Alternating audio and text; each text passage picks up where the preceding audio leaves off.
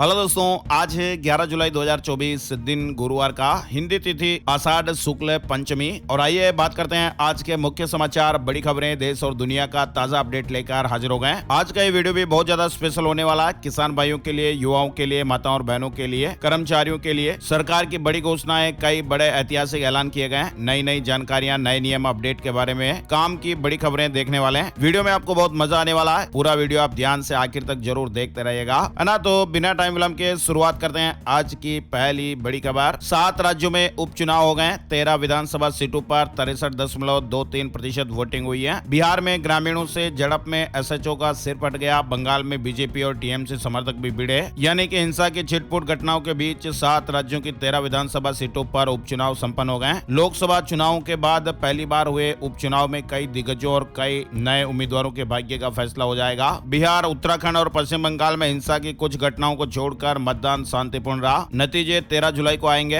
और भारत की ओर आकर्षित हो रही बड़ी कंपनियां। पीएम मोदी ने कहा, मेक इन इंडिया से दुनिया को लाभ मिल रहा है। प्रधानमंत्री मोदी ने बुधवार को ऑस्ट्रियाई चांसलर कार्ल नेहमर के साथ संयुक्त रूप से दोनों देशों के सीईओ के एक समूह को संबोधित किया। और इस दौरान पीएम मोदी ने भारतीय अर्थव्यवस्था की बढ़ती ताकत का हवाला देते हुए भारत में निवेश के फायदे बताए। पीएम मोदी ने कहा कि दुनिया की बड़ी कंपनियां भारत की ओर आकर्षित हो रही है। यानी रूस की यात्रा समाप्त कर प्रधानमंत्री नरेंद्र मोदी बुधवार को 2 दिवसीय दौरे पर ऑस्ट्रिया पहुंचे। और इस मौके पर पीएम मोदी ने कहा कि ऑस्ट्रियाई चांसलर कार्ल नेहमर के साथ सार्थक चर्चा हुई है। और इस बैठक के दौरान यूक्रेन संघर्ष और पश्चिम एशिया की स्थिति सहित विश्व में जो चल रहे विवाद हैं, उन पर भी विस्तार से बातचीत हुई है। और इस बात पर जोर दिया गया कि यह युद्ध का समय नहीं है, निर्दोष लोगों की हत्या बर्दाश्त नहीं। पीएम मोदी ने कहा, बातचीत से ही यूक्रेन में युद्ध रुकेगा। भारतवंशियों से पीएम मोदी ने कहा कि ऑस्ट्रिया का उत्साह, उमंग अद्भुत है। पीएम मोदी सफल यात्रा के बाद भारत रवाना हो गए। 7 साल में 65% भारत और ऑस्ट्रिया का ट्रेड बढ़ा है। यानी वैसे तो भारत और ऑस्ट्रिया के बीच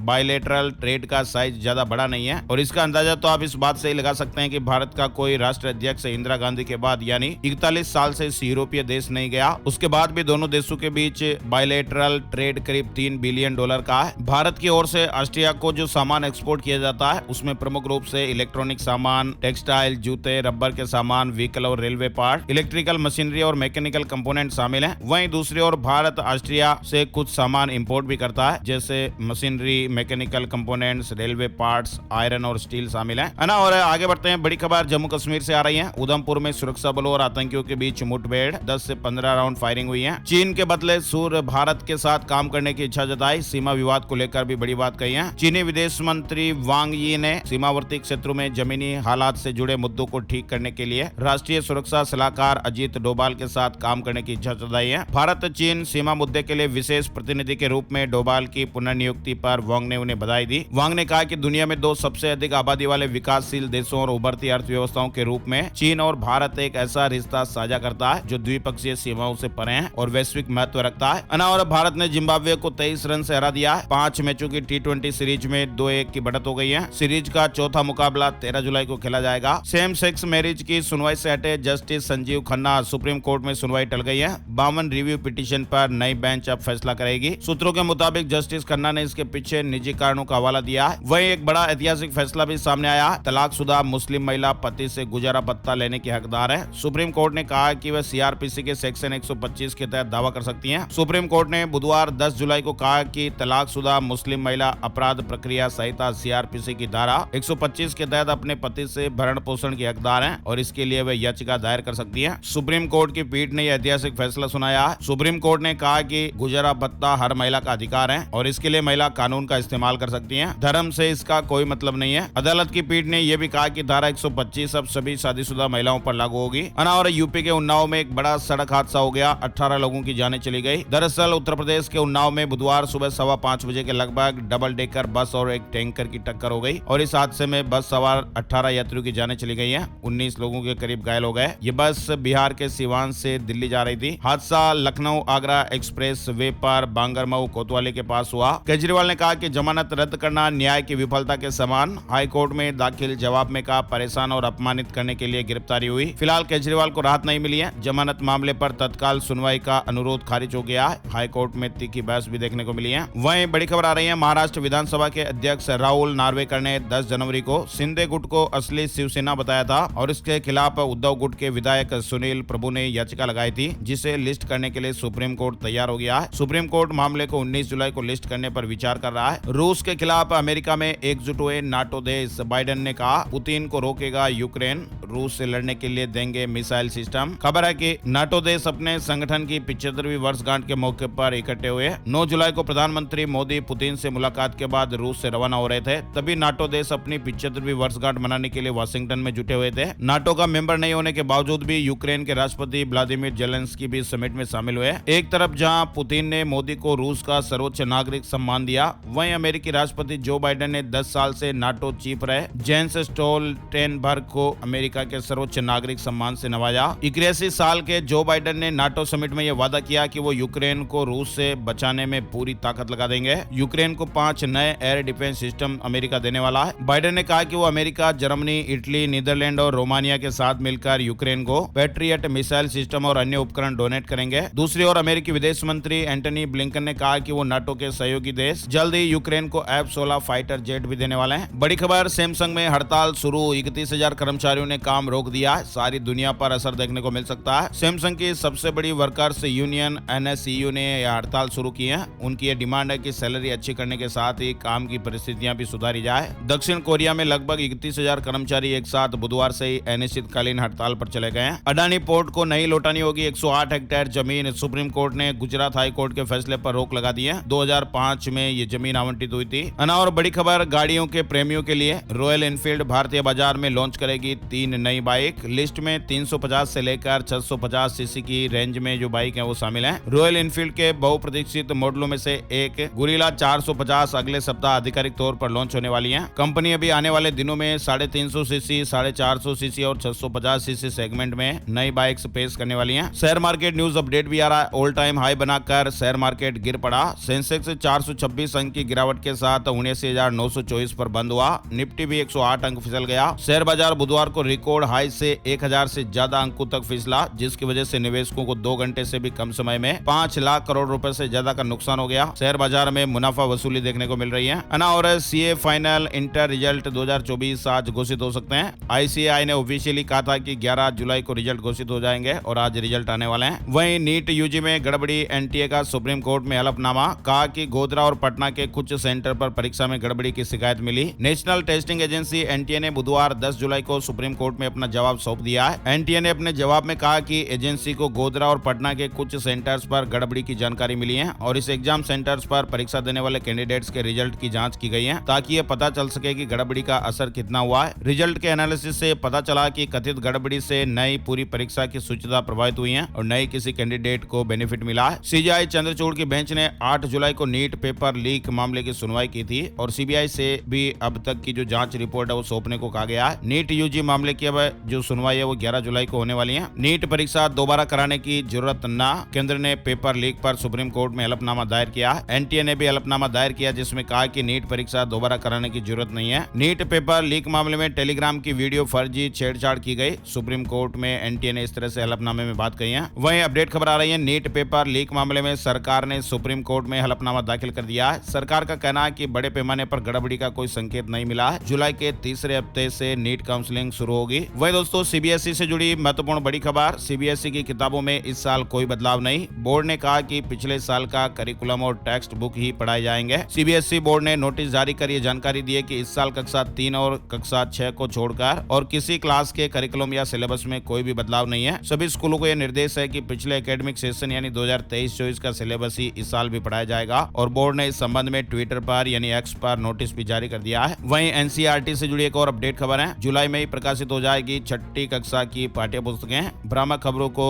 NCERT ने खारिज कर दिया है। NCERT ने कहा कि कक्षा 6 की पाठ्य पुस्तकें जुलाई 2024 के भीतर उपलब्ध करा दी जाएगी। सुप्रीम कोर्ट ने कहा कि CBI जांच के लिए राज्य सरकार की सहमति जरूरी है। पश्चिम बंगाल सरकार की याचिका को सही कहा। 13 अगस्त को अगली सुनवाई होगी। वहीं एक बड़ी खबर जो चौंकाने वाली है, भूकंप से जुड़ी हुई है। महासागर में अचानक डोलने लगी धरती। 6.4 की तीव्रता के भूकंप ने सुनामी का खतरा पैदा कर दिया है। दरअसल हिंद महासागर में सुबह करीब 10:30 बजे भूकंप आ गया और इस कारण पूरे तटीय इलाके को अलर्ट किया गया। हिंद महासागर के तल से ये बड़ी खबर आई, 6.4 तीव्रता का भूकंप और इसके कारण सुनामी का खतरा। मानसून की भारी बारिश के बीच इस भयावह भूकंप के कारण तट के आसपास के क्षेत्रों को अलर्ट भेजा गया है। आर्थिक राजधानी मुंबई में हाई टाइड के कारण पहले ही पानी भरा हुआ और अब सुनामी की आहट से लोग हिल गए। हिंद महासागर में भूकंप महसूस हुआ, काफी उथल पुथल देखने को मिली। और 44 साल बाद नेपाल में स्थित कोसी बैराज के सभी 56 गेट खोल दिए गए हैं। बिहार में भी बाढ़ से हाहाकार मचा। कोसी बैराज के सभी गेट खोल दिए जाने के बाद रविवार को 3,94,000 क्यूसेक पानी छोड़ा गया, जिसके बाद कोसी नदी का जल स्तर बढ़ गया और बाढ़ का पानी कई गाँव में घुस गया।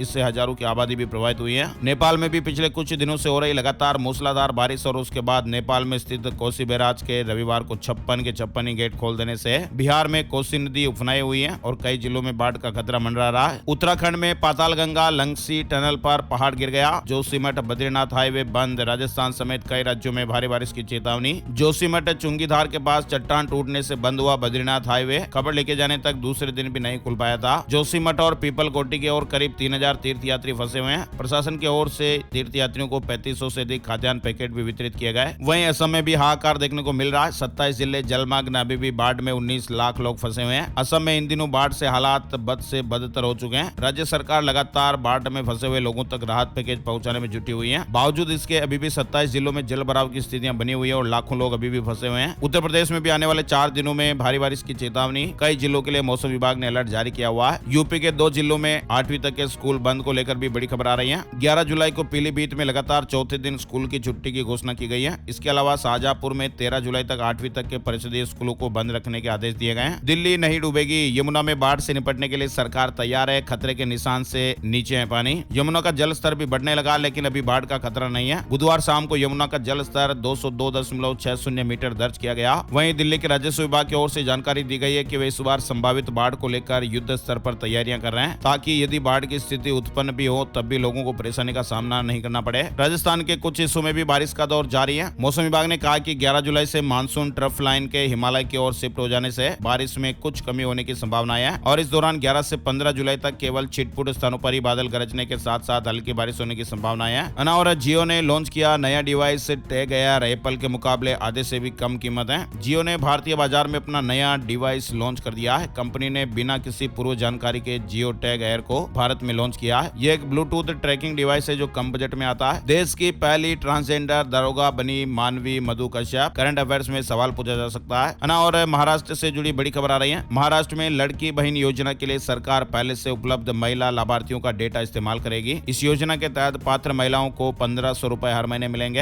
एसएससी जीडी कांस्टेबल भर्ती परीक्षा के रिजल्ट जारी हो गए। उम्मीदवार आयोग की वेबसाइट पर ये रिजल्ट देख सकते हैं। इंडियन बैंक में अप्रेंटिसशिप का शानदार मौका चल रहा है। ग्रेजुएट है तो आप भी आवेदन कर सकते हैं। 1500 अप्रेंटिस पदों को भरा जा रहा है। वहीं असम में अगले साल अप्रैल तक 35,000 रिक्तियां भरेगी राज्य सरकार। असम सरकार ने ऐलान किया कि अगले साल अप्रैल तक 35,000 रिक्त पदों को भरा जाएगा। इसमें पुलिस बल, राज्य सरकार के ग्रेड 3rd और 4th के साथ साथ शिक्षकों के पद भी शामिल है। टाटा ग्रुप में बड़ा बदलाव। रतन टाटा की एक कमेटी अब सभी जरूरी फैसले लेगी। देश के सबसे बड़े उद्योग घराने में एक बड़ा बदलाव हुआ है। टाटा ट्रस्ट ने एक स्पेशल एग्जीक्यूटिव कमेटी बनाई है जो कंपनी से जुड़े सभी महत्वपूर्ण फैसले करेगी। मनी लॉन्ड्रिंग स्कैम की शिकार हुई चंडीगढ़ की महिला अकाउंट से 80 लाख रुपए निकल गए और यहाँ भी हालत कुछ ऐसी हुई। कॉल करने वाले ने बताया कि वह मुंबई क्राइम ब्रांच से बोल रहा और उसने महिला से कहा कि उनका मोबाइल नंबर मनी लॉन्ड्रिंग और अन्य गैर कानूनी गतिविधियों में शामिल है। महिला को साइबर ठगों ने मनी लॉन्ड्रिंग के नाम पर 84 लाख रुपए का चूना लगा दिया। लगातार हम आपको अलर्ट भरी खबरें बताते हैं। ऐसे में आपके लिए भी ये जरूरी है कि इस तरह की खबरों से आप भी जरूर अलर्ट हो जाएं। किसी भी अनजान कॉल पर यकीन ना करें। किसी भी हालत में पैसे ट्रांसफर करने की गलती ना करें। यदि कोई बार बार परेशान कर रहा है तो पुलिस में शिकायत करें। वहीं इंस्टाग्राम की ओर से एक बड़ी अपडेट खबर आ रही है। इंस्टाग्राम ने बड़ा ऐलान किया,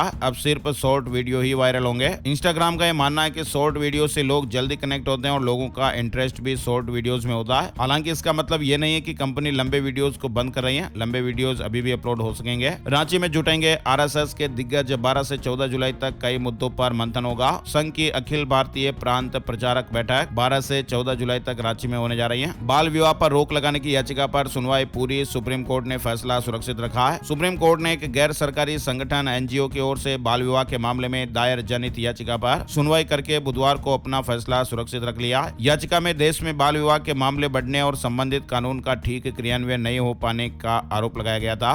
और ईपीएफ से जुड़ी बड़ी खबर है। पीएफ अकाउंट वालों के लिए अपडेट आया है। कर्मचारी भविष्य भविष्य निधि संगठन ने अपने सभी सदस्यों के लिए एक मानक संचालन प्रक्रिया यानी एसओपी तैयार की है और ये एसओपी यूनिवर्सल अकाउंट नंबर यानी यूएएन को फ्रीज और डीफ्रीज करने के लिए बनाई गई है और इस संबंध में ईपीएफओ ने एक सर्कुलर भी जारी किया है। ईपीएफओ द्वारा जारी एसओपी के अनुसार अब सब्सक्राइबर्स या संगठन को अकाउंट सत्यापित करने के लिए 14 दिन का एक्स्ट्रा समय मिलेगा। एसओपी तैयार हुई जिसमें ईपीएफ अकाउंट्स में फेक ट्रांजैक्शन या धोखाधड़ी की संभावनाओं को देखते हुए उन्हें सत्यापन प्रक्रिया से गुजरना होगा। भारत में 44 करोड़ से ज्यादा ऑनलाइन गेमर्स 2025 तक 253 अरब रुपए की ये गेमिंग इंडस्ट्री हो जाएगी। भारत में ऑनलाइन गेमर्स की संख्या चीन के बाद दूसरे नंबर पर है। भारत में गेमिंग उद्योग भी तेजी से फल फूल रहा है और देश में 2023 में ऑनलाइन गेमर्स की संख्या 44 करोड़ 20 लाख तक पहुंच गई है, जो दुनिया में चीन के बाद सबसे ज्यादा है। एचआईवी के कहर से सहमा भारत का ये राज्य 800 से ज्यादा छात्र पॉजिटिव पाए गए हैं। 47 की जांच चली गई है। एड्स के फैलने की वजह सामने आई है। भारत के त्रिपुरा राज्य से ये चिंताजनक खबर जो लगातार आप भी देख रहे होंगे। एक रिपोर्ट के अनुसार त्रिपुरा में अब तक 828 छात्र एचआईवी पॉजिटिव पाए गए हैं और 47 छात्रों की 2 जांच चली गई है। स्कूल, कॉलेज और यूनिवर्सिटियों की पहचान की गई। त्रिपुरा एड्स नियंत्रण सोसाइटी ने राज्य के 220 स्कूलों और 24 कॉलेजों और यूनिवर्सिटी के छात्रों की पहचान की है जो इंजेक्शन द्वारा नशा कर रहे हैं। कैंसर डिटेक्शन विद एआई, अब समय से पहले कैंसर का पता लगाएगी एआई। पीजीआई चंडीगढ़ में ऐप तैयार हो रहा है। अब रेल टिकट के साथ खरीद पाएंगे मेट्रो टिकट। आईआरसीटीसी, डीएमआरसी और सीआरआईएस में समझौता हुआ है। वन इंडिया वन टिकट पहल को बढ़ावा देने के लिए समझौता हुआ है, यानी यात्री रेल टिकट के साथ साथ मेट्रो टिकट भी खरीद पाएंगे। वहीं कर्मचारियों और पेंशनर्स के लिए भी गुड न्यूज आई है। अब इस तरह से मिलेगा वेतन भत्ते का लाभ, एरियर का भी भुगतान होगा। नवंबर 2022 के बाद सेवानिवृत्त होने वाले पेंशनरों को रिवाइज्ड पेंशन और उसके एरियर का भुगतान रिवाइज्ड वेतनमान के अनुसार किया जाएगा। ग्रामीण बैंक के कर्मचारियों और पेंशन धारकों के लिए एक खुशखबरी आई है। ग्रामीण बैंक में भी राष्ट्रीयकृत बैंकों की तर्ज पर वेतन भत्ता लागू करने की अधिसूचना जारी हो गई है और ये नियम देश भर के कुल 43 ग्रामीण बैंकों में लागू होगा। बैंकों के लाखों इंटरनल अकाउंट पर बड़ा अलर्ट आया है। धोखाधड़ी के लिए इनका इस्तेमाल हो रहा है। आरबीआई ने बंद करने को कहा है। वहीं राजस्थान बजट से जुड़ी बड़ी महत्वपूर्ण खबर, भजनलाल सरकार का पहला फुल बजट पेश करते हुए वित्त मंत्री दिया कुमारी ने विधानसभा में 2 घंटे 51 मिनट का लंबा भाषण दिया और अपने पहले बजट भाषण में दिया कुमारी ने युवाओं, महिलाओं और किसानों के लिए कई बड़ी घोषणाएं की हैं। सरकार ने कहा कि आने वाले 5 साल में 4 लाख से ज्यादा नई नौकरियां दी जाएगी। वहीं one state one election concept के तहत पंचायत और नगर पालिकाओं के चुनाव एक साथ कराए जाएंगे। इसके साथ ही SC/ST वर्ग में आने वाले सरकारी कर्मचारियों को सस्ता लोन भी दिया जाएगा। सेल्फ हेल्प ग्रुप के साथ काम करने वाली महिलाओं को भी सरकार कम ब्याज में लोन देगी। राजस्थान के स्कूली स्टूडेंट का मेरिट में आने पर टेबलेट और फ्री इंटरनेट की भी घोषणा की गई है। हेल्थ और पुलिस विभाग में करीब 9000 नए पद भी सृजित करने की घोषणा हुई है। शहरी विकास के लिए बजट में 1300 करोड़ रुपए का प्रावधान हुआ है। राजस्थान में नो ग्रीन फील्ड एक्सप्रेस वे की घोषणा को एक बड़े डेवलपमेंट के तौर पर देखा जा रहा है। वहीं बजट भाषण के दौरान विपक्ष ने कई बार हंगामा भी किया।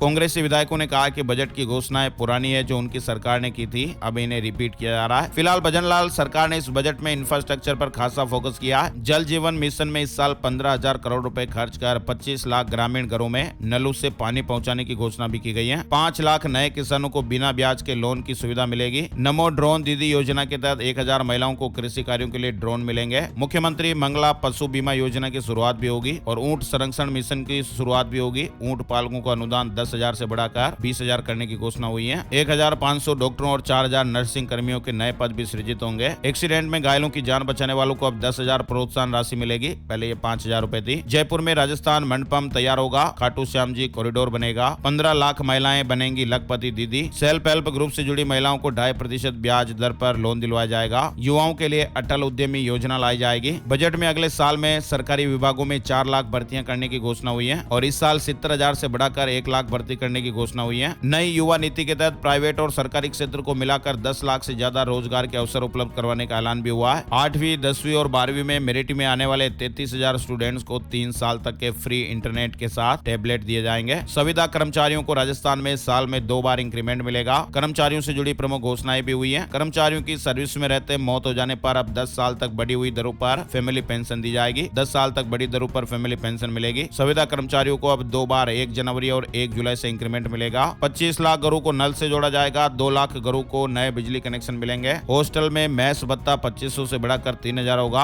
अनुदानित हॉस्टल से जुड़ा अपडेट है। खिलाड़ियों का मेस भत्ता बढ़ाकर 4,000 करने की घोषणा भी हुई है। कोटा में ग्रीनफील्ड एयरपोर्ट बनेगा। साथ ही बजट में रजिस्ट्री और स्टाम्प ड्यूटी में छूट प्रदान की गई है। वहीं बजट में सीएनजी और 50 लाख रुपए तक की कीमत वाले फ्लैट की रजिस्ट्री सस्ती करने की घोषणा हुई है। वित्त मंत्री ने राज्य में सीएनजी और पीएनजी पर लगने वाले वेट को 14% से घटाकर 10% करने का ऐलान किया है। वहीं फ्लैट की रजिस्ट्री पर लगने वाले स्टाम्प ड्यूटी को 6 से घटाकर 5% कर दिया है। ये राजस्थान से जुड़ा बजट से जुड़ा महत्वपूर्ण अपडेट आप लोगों ने देखा है ना। और आगे बढ़ते हैं, बड़ी खबर, 36 साल बाद पता चला कि शरीर के अंग उल्टे हैं। महिला का दिल दाईं ओर और लीवर बाएं तरफ है। 10,000 में एक व्यक्ति को इस तरह की स्थितियां बनती हैं। रोडवेज की एसी बसों का सफर महंगा हुआ। जयपुर से आगरा जाने पर 20 रुपए तक ज्यादा देने पड़ेंगे। राजस्थान रोडवेज से जुड़ा अपडेट है। मध्य प्रदेश से बड़ी खबर आ रही है, 10 स्कूलों को लौटाने होंगी बढ़ाई हुई फीस, 69 करोड़ रुपए लौटाने पड़ेंगे। जबलपुर प्रशासन ने शहर के 10 प्राइवेट स्कूलों को बढ़ाई गई फीस के 69 करोड़ रुपए पेरेंट्स को लौटाने के आदेश दिए हैं और इसके लिए प्रशासन ने फॉर्मूला भी बनाया है। वहीं मध्य प्रदेश के भोपाल से एक बड़ी खबर सामने आ रही है। पंचायत एवं ग्रामीण विकास मंत्री प्रहलाद पटेल की जनसंपर्क अधिकारी पूजा थापक ने जान दे दी है। पूजा जनसंपर्क विभाग में असिस्टेंट डायरेक्टर थी और उनके पति निखिल दुबे भी टेक्नोलॉजी डिपार्टमेंट में प्रतिनियुक्ति पर असिस्टेंट डायरेक्टर हैं। भोपाल में पति से हुए विवाद के बाद जान दे दी। और सीएम योगी का बड़ा ऐलान, जल्द ही भरे जाएंगे लेखपालों के 4700 और पद। यूपी में नया रिकॉर्ड बनाने की तैयारी में योगी सरकार। सभी जिलों में 20 तारीख को चलेगा बड़ा अभियान। एक पेड़ मां के नाम अभियान को सफलतापूर्वक आगे बढ़ाया गया है। इस वर्ष 36 करोड़ 46 लाख से अधिक का लक्ष्य मिला है। 20 जुलाई को पेड़ लगाने की रिकॉर्ड बनाने की तैयारी। और हरियाणा से जुड़ी खबर है, सरपंच एसोसिएशन सरकार के सभी कार्यक्रमों का करेगी बहिष्कार। बैठक में सरपंचों ने यह निर्णय लिया है। 22 जुलाई तक पंचायतों को अधिकार देने का अल्टीमेटम दिया गया है। 25 जुलाई को प्रदेश स्तरीय बैठक में सरकार के विरोध की रूपरेखा बनाई जाएगी। वहीं छत्तीसगढ़ में साय कैबिनेट के भी बड़े फैसले। 47,090 परिवारों को आवास का लाभ मिलेगा। सरकारी नौकरी में अब ये बड़ी छूट मिलेगी। अधिकतम आयु सीमा में 5 वर्ष की छूट देने का फैसला लिया गया है। बिहार में एक और पुल स्वाहा। सहरसा के नेशनल हाईवे 17 पर बना पुल ध्वस्त हो गया है। 15 जुलाई को अबोज मुहूर्त बड़ली नवमी रहेगा। विवाह, मुंडन और गृह प्रवेश के लिए सुबह आषाढ़ गुप्त नवरात्रि की नवमी। 11 जुलाई का राशिफल देख लेते हैं। आज 11 जुलाई गुरुवार के ग्रह नक्षत्र वरियान योग बना रहे हैं, जिससे मेष राशि वालों के बिजनेस में आ रही रुकावटें दूर होगी। कर्क राशि वालों के बिजनेस के लिए भी अच्छा दिन है। सिंह राशि के लोग बिजनेस के कामों में सुधार करेंगे तो परेशानियों से राहत पालेंगे। वृश्चिक राशि के लोगों को सितारों का साथ मिलेगा। कामकाज बिना रुकावट के पूरे हो जाएंगे। धनु राशि वालों के कामकाज में आ रही रुकावटें दूर होंगी। कुंभ राशि के लोग कागजी कामों में एक्स्ट्रा सावधानी रखें। इसके अलावा बाकी राशियों के लिए मिला जुला दिन रहेगा। और अब चलते चलते बात कर लेते हैं gold price today, silver price today, सोने चांदी के भाव। सोने की कीमतों में तेजी, चांदी में गिरावट हुई है। 10 ग्राम 24 कैरेट सोना 72,483 रुपए पर पहुंच गया। चांदी 408 रुपए गिरकर 91,439 रुपए प्रति किलोग्राम में बिकी। तो ये थे दोस्तों आज के मुख्य समाचार, बड़ी खबरें, हेडलाइंस और सुर्खियां अपडेट। ये वीडियो आपको कैसा लगा कमेंट करके जरूर बताइएगा। और इस वीडियो में आप क्या सुधार चाहते हैं, कितनी बजे तक ये वीडियो अपलोड हो जाना चाहिए ताकि आप पूरा वीडियो देख पाएं, समय भी जरूर लिखिएगा। और हाँ, सबसे जरूरी बात, इस वीडियो को आप अपने यार दोस्तों, मिलने वालों, जान पहचान वालों के साथ भी फेसबुक और व्हाट्सएप पर ज्यादा से ज्यादा शेयर कर दीजिएगा ताकि आपका प्यार और सपोर्ट हमें मिलता रहे। आप और हम ऐसे ही जुड़े रहें, ताजा खबरें अपडेट हर रोज देखते रहें, इसलिए लाइक और शेयर तो जरूर बनता है ना। तो मिलते हैं एक और नई जानकारी और नए वीडियो में, तब तक के लिए जय श्री राम, जय हनुमान।